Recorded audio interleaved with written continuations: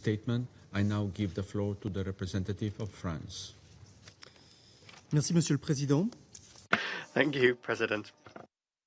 I would like to thank USG Rosemary DiCarlo for her briefing on the biannual report of the Secretary General on Resolution 2231. In the continuation of our work in September and in the implementation by this Council of the snapback process, we take note of the elements of this report relating to the implementation of Resolution 2231, and we are pleased that no member of this Council formally objected to the presentation, which is important for us to be able to continue the work of the Security Council.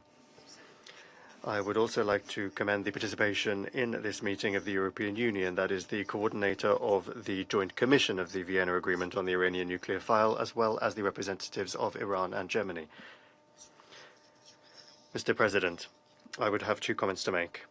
First of all, the lack of implementation by Iran of international obligations relating to its nuclear program constitutes a grave threat to international peace and security.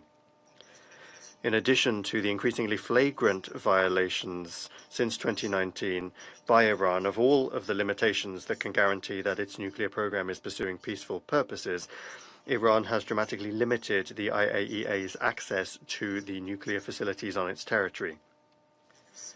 For 6 months now, the IAEA has not had any access to the most sensitive sites of the Iranian nuclear program and has no way to verify the status of the 450 kilos of 60% high-enriched uranium held by Iran. If that were brought to military enrichment levels, that stockpile would, let us remember, be of a sufficient quantity to produce 10 nuclear explosive devices. Iran is also the only non-nuclear weapon state that is enriching to these levels.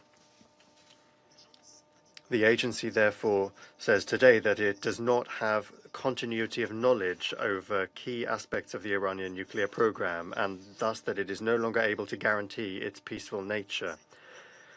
The Board of Governors of the IAEA decided in November to renew the verification mandate of the IAEA in Iran under the resolutions reimposed following the snapback, and we call upon Iran to implement its safeguards obligations and to fully cooperate with the IAEA. Next, the reimposition of sanctions in no case indicates the end of efforts to find a diplomatic solution. The decision to trigger the snapback procedure was taken as a last resort after more than 5 years of diplomatic efforts aimed at getting Iran to respect its commitments, including a proposal to extend the term of the snapback, which Iran refused. The end of this procedure brings with it the re-entry into force of the resolutions of this Council on Iran, which includes an embargo on arms to and from Iran, as well as a suspension by Iran of its uranium enrichment activities. And it is incumbent upon all states to contribute to respect for these obligations in accordance with the Charter of the United Nations. We would also like to see the appointment of a chair of the 1737 Committee, responsible for monitoring the proper implementation of these measures, and for the prompt appointment of the members of the panel of experts of that committee. We are determined to implement the resolutions that have been reimposed, and we remain fully committed to a negotiated solution.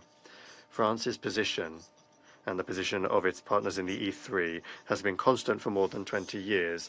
Only a diplomatic solution can provide a viable response to the Iranian nuclear question.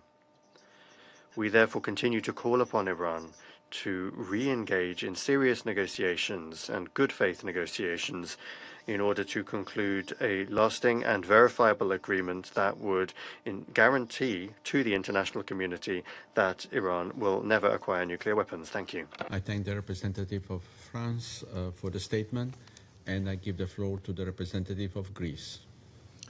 Thank you, Mr. President, for convening this meeting, and I thank Under-Secretary General DiCarlo for her briefing. I would also like to welcome the President